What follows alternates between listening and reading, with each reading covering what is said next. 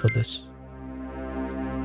تھوڑا سا اگر پڑھنے پڑھانے کی بات کی جائے، بسم اکیلا بسم پڑھا جاتا ہے یا نہیں؟ نہیں نہیں نہیں، کیونکہ دیکھو قرآن میں سے اگر دیکھا جائے اسماء اللہ کے علاوہ جو اللہ کے 99 نام ہیں ان کے علاوہ کوئی چیز اکیلی نہیں پڑھی جاتی.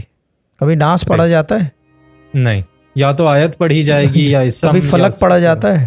نہیں نہیں. رحمان پڑھا جاتا ہے کیونکہ اللہ کا اسم ہے، ٹھیک ہے نا جی. یہ چیز ہے. تو کبھی عمران پڑھا جاتا ہے؟ نہیں نہیں. تو بس ختم ہو گئی بات. وہ یہ چیز ہے. کرسی پڑھی جاتی ہے کبھی؟ نہیں نہیں. بس یہ چیز ہے نا. جو اسم ہوگا وہ پڑھا جاتا ہے، آیت و سورت کے علاوہ اسم پڑھا جاتا ہے. اب اس کو ریاضت کے طور پہ پڑھا جائے یا یہ کہ اپنے کیا کہتے ہیں عبادت کے طریقے سے پڑھا جائے. بہت سارے لوگ جو ہیں یا ہمارے ابا کا بھی طریقہ ہے جو میں نے ابھی تک کبھی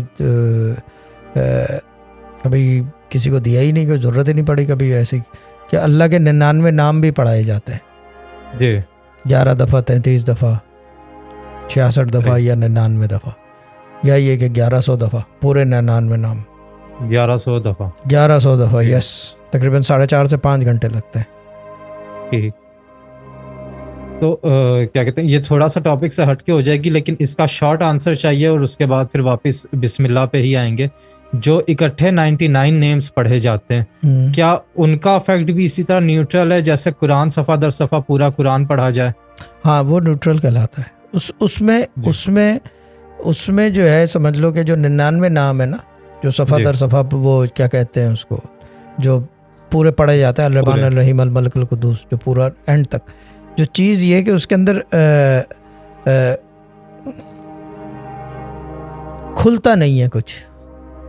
اوکے. کھلتا نہیں ہے کچھ، کیونکہ وہ عبادت کے زاویے میں زیادہ جاتا ہے. عبادت کے زاویے میں تو یہ بھی جاتا ہے، یہ جو وظائف ہیں سارے عبادت کے زاویے میں، بٹ یہ کہ آپ کی دعا قبول کروانے کا ذرا سا ایزی واسطہ ہوتا ہے، یعنی کہ واسطے داری ہے. سمجھ لو کہ یا لطیفہ پڑھ رہے ہو تو اس کا واسطہ ہے کہ وہ ایٹریبیوٹ خوبی ہے اس کی، تو لیکن وہ جو ہے اس کے اندر تھوڑا ڈیفیکلٹ ہوتا ہے.